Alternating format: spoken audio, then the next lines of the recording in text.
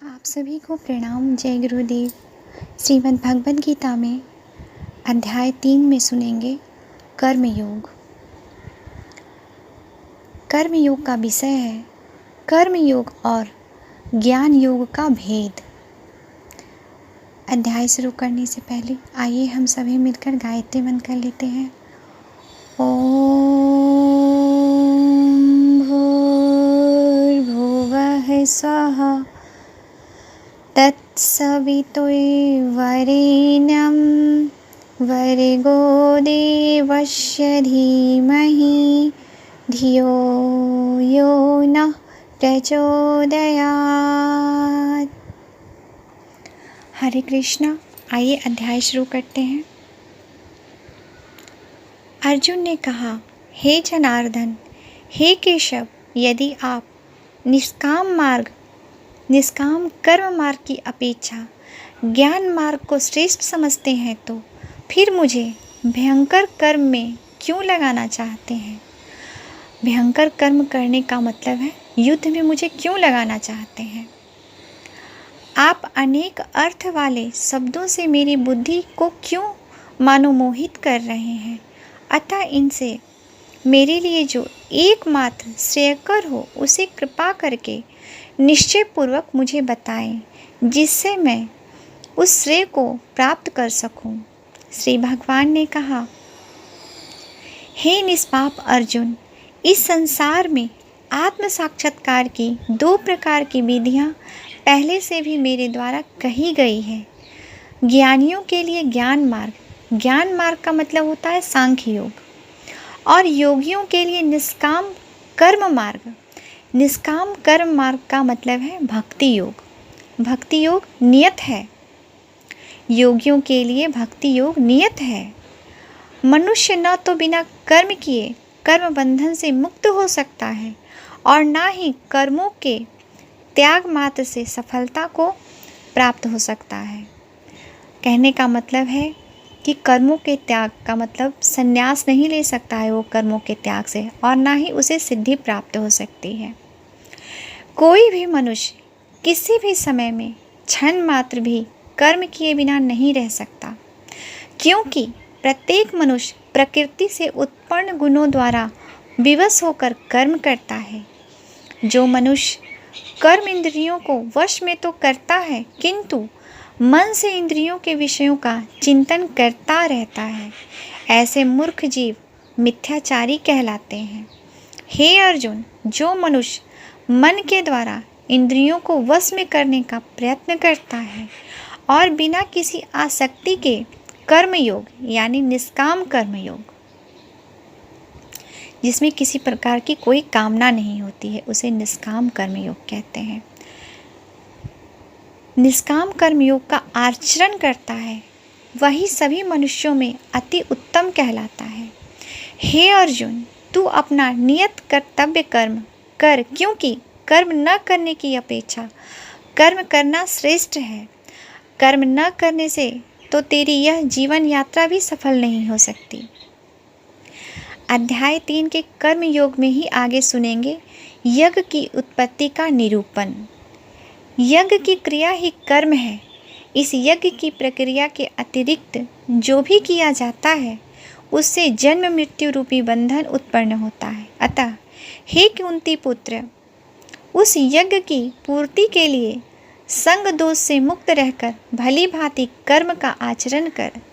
सृष्टि के प्रारंभ में प्रजापति ब्रह्मा ने यज्ञ सहित देवताओं और मनुष्यों को रचकर उनसे कहा कि तुम लोग इस यज्ञ द्वारा सुख समृद्धि को प्राप्त करो, और यह यज्ञ तुम लोगों की इष्ट यानी परमात्मा संबंधित कामना की पूर्ति करेगा। इस यज्ञ द्वारा देवताओं की उन्नति करो और वे देवता तुम लोगों की उन्नति करेंगे। इस तरह एक दूसरे की उन्नति करते हुए तुम लोग परम कल्याण को प्राप्त हो जाओगे। यहाँ परम कल्याण का मतलब है परमात्मा को प्राप्त हो जाओगे।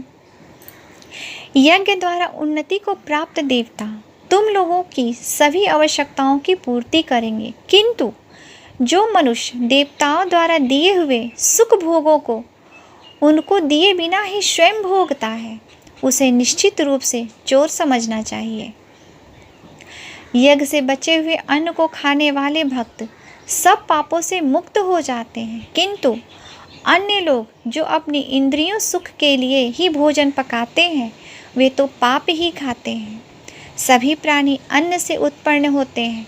अन्न की उत्पत्ति वर्षा से होती है, वर्षा की उत्पत्ति यज्ञ संपन्न करने से होती है और यज्ञ की उत्पत्ति नियत कर्म वेदानुसार की आज्ञा से करने से होती है। वेद की आज्ञा अनुसार कर्म करने से होती है। नियत कर्मों का विधान वेद में निहित है और वेद को शब्द रूप से अविनाशी परमात्मा से साक्षात उत्पन्न समझना चाहिए। इसलिए सर्वव्यापी परमात्मा ब्रह्म रूप में यज्ञ में सदा स्थित रहते हैं। हे पृथापुत्र, जो मनुष्य जीवन में इस प्रकार वेदों द्वारा स्थापित यज्ञ चक्र यानी नियत कर्म का अनुसरण नहीं करता वह निश्चय ही पाप में जीवन व्यतीत करता है। ऐसे मनुष्य इंद्रियों की तुष्टि के लिए व्यर्थ ही जीता है।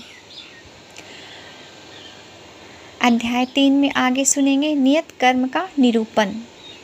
जो मनुष्य आत्मा में ही आनंद प्राप्त कर लेता है तथा वह अपनी आत्मा में ही पूर्ण संतुष्ट रहता है,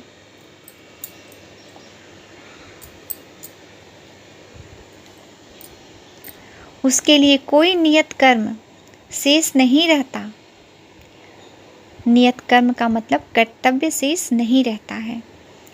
उस महापुरुष के लिए इस संसार में न तो कर्तव्य कर्म करने की आवश्यकता रह जाती है और न ही कर्म को न करने का कोई कारण ही रहता है तथा उसे समस्त प्राणियों में से किसी पर निर्भर रहने की आवश्यकता नहीं रहती। अतः कर्म फल में आसक्त हुए बिना मनुष्य को अपना कर्तव्य समझकर कर्म करते रहना चाहिए, क्योंकि अनासक्त भाव से निरंतर कर्तव्य कर्म करने से मनुष्य को एक दिन परमात्मा की प्राप्ति हो जाती है। राजा जनक जैसे अन्य मनुष्यों ने भी केवल कर्तव्य कर्म करके ही परम सिद्धि को प्राप्त की है। अतः संसार के हित का विचार करते हुए भी तेरे लिए कर्म करना ही उचित है। महापुरुष जो जो आचरण करता है सामान्य मनुष्य भी उसी का अनुसरण करते हैं। वह श्रेष्ठ पुरुष जो कुछ आदर्श प्रस्तुत कर देता है समस्त संसार भी उसी का अनुसरण करने लगता है। हे पृथापुत्र, तीनों लोकों में मेरे लिए कोई भी कर्तव्य शेष नहीं है और ना ही किसी वस्तु का अभाव है, ना ही किसी वस्तु को प्राप्त करने की इच्छा है। फिर भी मैं कर्तव्य समझकर कर्म करने में लगा रहता हूँ।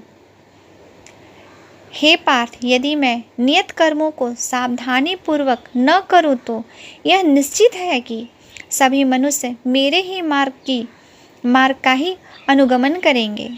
इसलिए यदि मैं कर्तव्य समझकर कर्म न करूं तो ये सभी लोग भ्रष्ट हो जाएंगे। तब मैं अवांछित सृष्टि की उत्पत्ति का कारण हो जाऊंगा और इस प्रकार समस्त प्राणियों को नष्ट करने वाला बन जाऊंगा। हे भरतवंशी, जिस प्रकार अज्ञानी मनुष्य फल की इच्छा के कार्य करते हैं उसी प्रकार विद्वान मनुष्य को फल की इच्छा के बिना संसार के कल्याण के लिए कार्य करना चाहिए। विद्वान महापुरुष को चाहिए कि वह फल की इच्छा वाले अज्ञानी मनुष्यों को कर्म करने से रोके नहीं, जिससे उसकी बुद्धि भ्रमित न हो, बल्कि स्वयं कर्तव्य कर्म को भली प्रकार से करता हुआ उनसे भी भली भांति कराते रहना चाहिए। जन्म से लेकर मृत्यु तक के सभी कर्म प्रकृति के गुणों द्वारा संपन्न किए जाते हैं। अहंकार के प्रभाव से मोहग्रस्त होकर अज्ञानी मनुष्य स्वयं को कर्ता मानने लगता है, परंतु हे बाहु परम तत्व को जानने वाला महापुरुष इंद्रियों को और इंद्रियों की क्रियाशीलता को प्रकृति के गुणों के द्वारा करता हुआ मानकर कभी उनमें आसक्त नहीं होता। माया के प्रभाव से मोहग्रस्त हुए मनुष्य सांसारिक कर्मों के प्रति आसक्त होकर कर्म में लगे रहते हैं। अतः पूर्ण ज्ञानी मनुष्य को चाहिए कि वह उन मंद बुद्धि